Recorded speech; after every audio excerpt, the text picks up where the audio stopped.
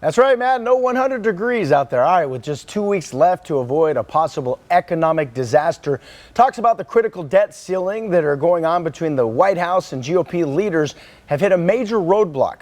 Melissa Rainey has a closer look at what caused the sudden pause and why economists are worried about the lack of action. A setback in the critical talks to find a compromise in debt ceiling talks.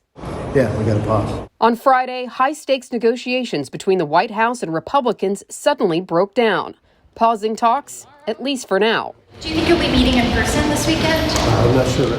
Friday's roadblock crushes what had seemed to be growing optimism from House Speaker Kevin McCarthy that a framework for a deal could be produced as early as this weekend. I really felt we were at the location where I could see the path. The White House is just, look, we can't be spending more money next year. If no deal is reached before the June 1st deadline, the U.S. could run out of money to pay its bills and deliver a devastating blow to the U.S. and global economies. The debt ceiling has been raised without much fuss in previous years, but Republicans want to tie that to budget cuts.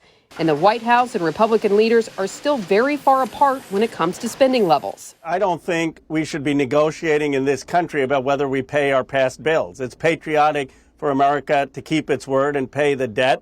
Meanwhile, President Biden cut short his dinner with G7 leaders in Japan for a virtual briefing with his negotiators in D.C. Economists say the longer this stretches out, the greater the impact on the economy.